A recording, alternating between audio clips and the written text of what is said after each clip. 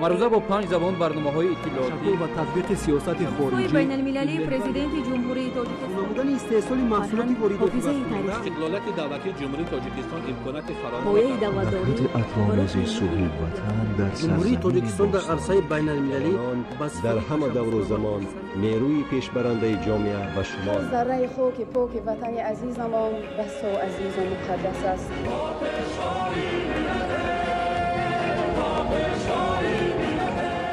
دوست باشید، اتفاق باشید، شکرانه علم سرزمین کنید، شکرانه علم دولت کنید، شکرانه کنید که چنین وطن عزیز و محبوب دارید.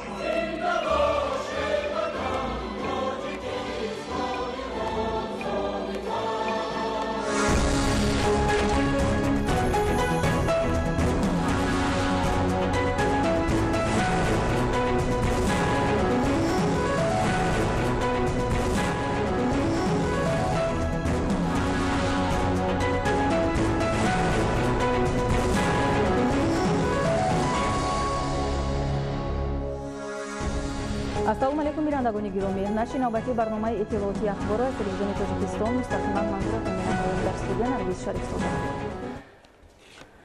имрӯз асосгузори сулҳу ваҳдати миллӣ, пешвои миллат, президенти ҷумҳурии тоҷикистон муҳтарам Эмомалӣ Раҳмон дар қасри миллат кадрҳоеро ки ба вазифаҳои роҳбарикунанда дар ҳайати ҳукумати ҷумҳурии тоҷикистон, вазорати кишоварзӣ ва шаҳру ноҳияҳои вилояти Суғ таъин гардиданд, барои суҳбат ба ҳузур пазируфтанд.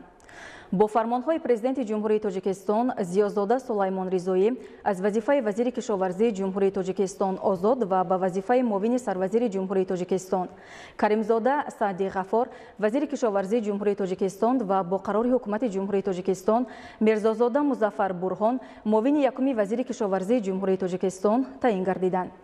ҳамчунин бо фармонҳои президенти ҷумҳурии тоҷикистон Ҳошимзода Раъно иҷрокунандаи вазифаи раиси шаҳри Гулистон, Муини Мавсума иҷрокунандаи вазифаи раиси шаҳри Бӯстон, Маҳмудзода Қаюмҷон иҷрокунандаи вазифаи раиси шаҳри Истиқлол ва Муҳаммадзода Шӯҳрат раиси ноҳияи Ашт таъин гардиданд. дар мувофиқа бо президенти ҷумҳурии тоҷикистон Мирдадо Зариф ва Зоҳидзода Даврон муовинони раиси вилояти Суғд ва Маҷиди Бахтиёр директори генералии корхонаи муштараки Тоҷикистону Канадагии масъулияташ маҳдуди Апрелиевка дар шаҳри Гулистон таъин шуданд. зимни мулоқот президенти ҷумҳурии тоҷикистон муҳтарам Эмомалӣ Раҳмон ба кадрҳои таъин гардида ҷиҳати таҳким бахшидани раванди омодагиҳо ба ҷашни 35-солагии истиқлолияти давлатӣ, татбиқи нишондиҳандаҳои паёми президенти ҷумҳурии тоҷикистон ба Маҷлиси олӣ, таҳия ва иҷрои нақшаи чорабиниҳо вобаста ба амалигардонии солҳои рушди саноат 2022-2026, иҷрои ҳадафҳои созанда ва татбиқи сиёсати роҳбарияти давлату ҳукумати мамлакат дар самтҳои таъмини амнияти озуқаворӣ, бахши аграрии ҷумҳурии тоҷикистон, вусъати корҳои ободонӣ, истифодаи оқилонаи замин, хусусан заминҳои корам ва заминҳои назди ҳавлигӣ, гирифтани дусе ҳосил аз заминҳои обӣ, рушди бахши кишоварзӣ, баланд бардоштани сифати маҳсулот, ҷалби сармояи хориҷию ватанӣ баҳри рушди соҳа, дастгирии соҳибкорӣ, таъмини бозори дохилӣ бо маҳсулоти бо сифати кишоварзӣ, рушди соҳаи агросаноатӣ аз ҷумла тухмипарварӣ, зироатпарварӣ, чорводорӣ, тақвияти фаъолияти муассисаҳои маориф, тандурустӣ ва фарҳанг дастуру супоришҳои муфид доданд.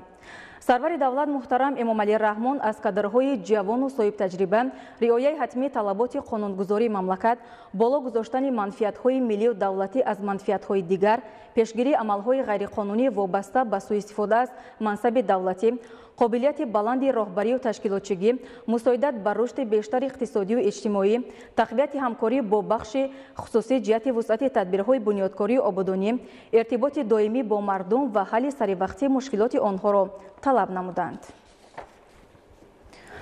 фармони президенти ҷумҳурии тоҷикистон дар бораи аз вазифаи вазири кишоварзии ҷумҳурии тоҷикистон озод намудани Зиёзода. мутобиқи моддаи 69 Конститутсияи ҷумҳурии тоҷикистон фармон медиҳам. Зиёзода Сулаймон Ризоӣ бо сабаби ба кори дигар гузаштан аз вазифаи вазири кишоварзии ҷумҳурии тоҷикистон озод карда шавад. фармони мазкур барои тасдиқ ба Маҷлиси олии ҷумҳурии тоҷикистон пешниҳод карда шавад. президенти ҷумҳурии тоҷикистон Эмомалӣ Раҳмон шаҳри Душанбе 26 январи соли 2022.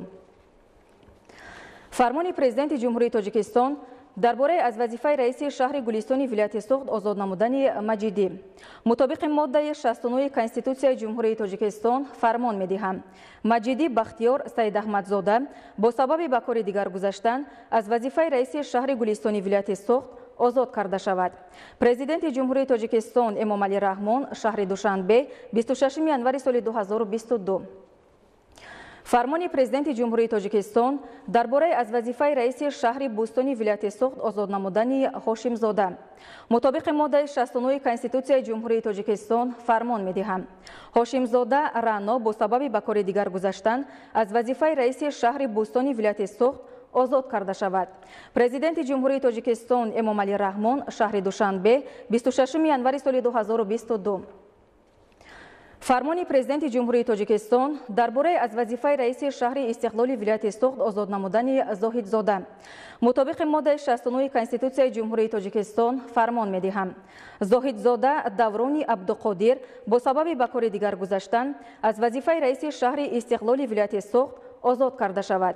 پرزیدنت جمهوری تاجیکستان امام علی رحمان شهر دوشنبه 26 январи سال 2022 فرمان پرزیدنت جمهوری تاجیکستان درباره از وظیفه رئیس ناحیه اشت ولایت سوخت آزاد نمودن میردادو مطابق ماده 69 کنستیتوسیای جمهوری تاجیکستان فرمان می‌دهم میردادو ظریف میر محمدی با سبب به کار دیگر گذاشتن از وظیفه رئیس ناحیه اشت ولایت سوخت آزاد کرده شود. پرزیدنت جمهوری تاجیکستان امام علی رحمان شهر دوشنبه 26 январи سال 2022 قرار حکومت جمهوری تاجیکستان از 26 январи سال 2022 درباره از وظیفه معاون یکم وزیر کشاورزی جمهوری تاجیکستان آزاد نمودن کریمزاده حکومت جمهوری تاجیکستان قرار می‌کند کریمزاده سعدی غفار با سبب به کار دیگر گذاشتن از وظیفه معاون یکم وزیر کشاورزی جمهوری تاجیکستان آزاد کرده شود. رئیس حکومت جمهوری تاجیکستان امام علی رحمان قرار حکومت جمهوری تاجیکستان از 26 январи سال 2022 درباره از وظیفه معاون وزیر کشاورزی جمهوری تاجیکستان آزاد نمودن میرزازاده حکومت جمهوری تاجیکستان قرار می‌کند میرزازاده مظفر برهان با سبب به کار دیگر گذاشتن از وظیفه معاون وزیر کشاورزی جمهوری تاجیکستان آزاد کرده شود. رئیس حکومت جمهوری تاجیکستان امام علی رحمان فرمان پرزیدنت جمهوری تاجیکستان درباره معاون سروزیر جمهوری تاجیکستان تعیین نمودن ضیازاده مطابق ماده 69 کنستیتوسیای جمهوری تاجیکستان فرمان می‌دهم ضیازاده سلیمان رضایی معاون سروزیر جمهوری تاجیکستان تعیین کرده شود. فرمان مذکور برای تصدیق به مجلس عالی جمهوری تاجیکستان پیشنهاد کرده شود. پرزیدنت جمهوری تاجیکستان امام علی رحمان شهر دوشنبه 26 январи سال 2022 فرمان پرزیدنت جمهوری تاجیکستان درباره وزیر کشاورزی جمهوری تاجیکستان تعیین نمودن کریمزاده مطابق ماده 69 کنستیتوسیای جمهوری تاجیکستان فرمان می‌دهم کریمزاده سعدی غفار وزیر کشاورزی جمهوری تاجیکستان تعیین کرده شود. فرمان مذکور برای تصدیق به مجلس عالی جمهوری تاجیکستان پیشنهاد کرده شود. پرزیدنت جمهوری تاجیکستان امام علی رحمان شهر دوشنبه 26 январи سال 2022 فرمان پرزیدنت جمهوری تاجیکستان درباره اجرا کننده وظیفه رئیس شهر گلستانی ولایت سوخت تعیین نمودن هاشم زاده مطابق ماده 69 کنستیتوسیای جمهوری تاجیکستان فرمان می‌دهم هاشم زاده رانا اجرا کننده وظیفه رئیس شهر گلستانی ولایت سوخت تعیین کرده شود. پرزیدنت جمهوری تاجیکستان امام علی رحمان شهر دوشنبه 26 январи سال 2022 فرمان پرزیدنت جمهوری تاجیکستان درباره اجرا کننده وظیفه رئیس شهر بوستانی ولایت سوخت تعیین نمودن موینی مطابق ماده 69 کنستیتوسیای جمهوری تاجیکستان فرمان می‌دهم موینی موسومه موینزاده اجرا کننده وظیفه رئیس شهر بوستانی ولایت سوخت تعیین کرده شود. پرزیدنت جمهوری تاجیکستان امام علی رحمان شهر دوشنبه 26 январи سال 2022 فرمان پرزیدنت جمهوری تاجیکستان درباره اجرا کننده وظیفه رئیس شهر استقلال ولایت سوخت تعیین نمودن محمود زاده مطابق ماده 69 کنستیتوسیای جمهوری تاجیکستان فرمان می‌دهم محمود زاده قیوم جان اجرا کننده وظیفه رئیس شهر استقلال ولایت سوخت تعیین کرده شود. پرزیدنت جمهوری تاجیکستان امام علی رحمان شهر دوشنبه 26 январи سال 2022 фармони президенти ҷумҳурии тоҷикистон дар бораи раиси ноҳияи ашти вилояти сух таъин намудани муҳаммадзода. мутобиқи моддаи 69 конститутсияи ҷумҳурии тоҷикистон фармон медиҳам муҳаммадзода шӯҳрат раиси ноҳияи ашти вилояти сух таъин карда шавад. президенти ҷумҳурии тоҷикистон эмомалӣ раҳмон шаҳри душанбе 26 январи соли 2022. қарори ҳукумати ҷумҳурии тоҷикистон аз 26 январи соли 2022 дар бораи муовини якуми вазири кишоварзии ҷумҳурии тоҷикистон таъин намудани мирзозода ҳукумати ҷумҳурии тоҷикистон қарор мекунад мирзозода музаффар бурҳон муовини якуми вазири кишоварзии ҷумҳурии тоҷикистон таъин карда шавад. раиси ҳукумати ҷумҳурии тоҷикистон эмомалӣ раҳмон. барномаи ахборро идома медиҳем. садаро дар қатори дигар ҷашнҳои миллӣ замони соҳиби истиқлолӣ мардуми тамаддунофарамон бо риояи анъанаву суннатҳои хосаш самимона ва дар сатҳи баланд истиқбол мегиранд. ин ҷашни бостонӣ бо хусусиятҳои хос миёни хурду бузурги ҷомеа мавқеъ ва ҷойгоҳи худро дошта аз фарорасияш шодиву нишоти мардум бештар мегардад. шарҳи маҳмадалӣ сафар дар ин мавзӯъ. садару муҳаққиқону пажӯҳишгарон нишоне аз ҳузури наврӯз унвон кардаанд ки ба мардум аз қудуми файзбори ин ҷашни хуҷаста паём мерасонад. ин ҷашни бостонӣ ба гунае дар сиришу замири мардум маъво гирифтааст ки баробари фарорасияш шодиву нишоти хурду бузург беҳадду канор аст. ҷашнҳои наврӯз, тиргон, меҳргон ва садда аз ҳам куллан тафовут доранд ва дар алоҳидагӣ бо шеваи хос таҷлил карда мешаванд. махсусан тафовут дар дастархони он дида мешавад. азбаски ҷашни садда дар зимистон меояд, рӯи дастархони он ҳамон ғизоҳо, ҳамон шириниҳо, ҳамон ашёе гузошта мешавад ки хоси зимистон мебошад. гузаштагони мо, аҷдодони мо дар тобистон, тирамоҳ барои зимистон меваҳоро хушк мекарданд, захира мекарданд. ҳар гуна маҳсулотро, масалан равғани зард, қурут ва дигар чизҳоро захира мекарданд ва дар зимистон онҳоро тановул мекарданд. бо ҳамин мо гуфтанӣ ҳастем ки дар рӯи дастархони иди сада, ҷашни сада бояд пеш аз ҳама хушкмеваҳо бошад. хушкмеваҳо дар тоҷикистон дар ҳама нуқтаҳо фаровон аст. масалан зардолии қоқ, ёғулинг, мавиз, тутмавиз, олуболу, олучои хушк, чормағзу пиставу бодом ва ғайра. ҳамчунин шириниҳо. дар зимистон табиати инсон ба шириниҳо майл дорад ва барои ҳамин ҳам ниёгони мо дар рӯи дастархони ҳам маъракаҳо, ҳам ҷашнҳои хонаводагӣ бештар шириниҳо мегузаштанд. ба монанди мураббоҳо, анвои гуногуни мураббо, шириниҳо аз туту харбузаву тарбуз, ангур, нишалло, анвои гуногуни ҳалво, набот, қандалот, нишалло, парварда ва монанди инҳо. яъне дастархони ҷашни сада бояд аз шириниҳо ва хушкмеваҳо иборат бошад.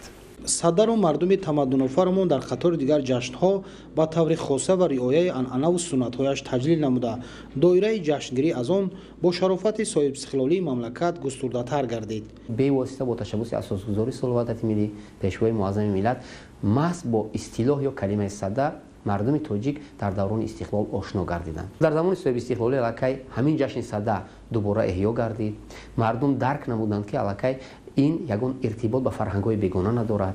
бо дастгирии ҳукумати ҷумҳурии тоҷикистон дар қатори дигар унсурҳои фарҳанги миллии халқи тоҷик номинатсияи ҷашни садда низ ба феҳристи умумиҷаҳонии репрезентативии ЮНЕСКО пешниҳод гардидааст. ин ҳам дар қатори ҷашнҳои бузурги мо, ҷашни наврӯз хусусияти байналмилалӣ мегирад ва мардуми ҷаҳон огоҳӣ аз он пайдо мекунад ки дар фарҳанги мардуми тоҷик чунин ҷашнҳои бузургу чунин ҷашнҳое ки бевосита ба табиат, кайҳон, ба марди деҳқон алалхусус иртибот дорад, аз нав байналмилалӣ мегардад. ҷашни сада дар қатори дигар арзишҳои миллӣ барои баланд бардоштани ҳувияту худшиносии миллии қишрҳои ҷомеа, хосан насли ҷавони кишвар нақши муҳим дошта, ба василаи он анъанаву суннатҳои ниёгон аз қаҳри асрҳо то имрӯз побарҷост ва муаррифгари таъриху фарҳанги оламшумули миллати тамаддунофарамон дар арсаи ҷаҳон хоҳад буд.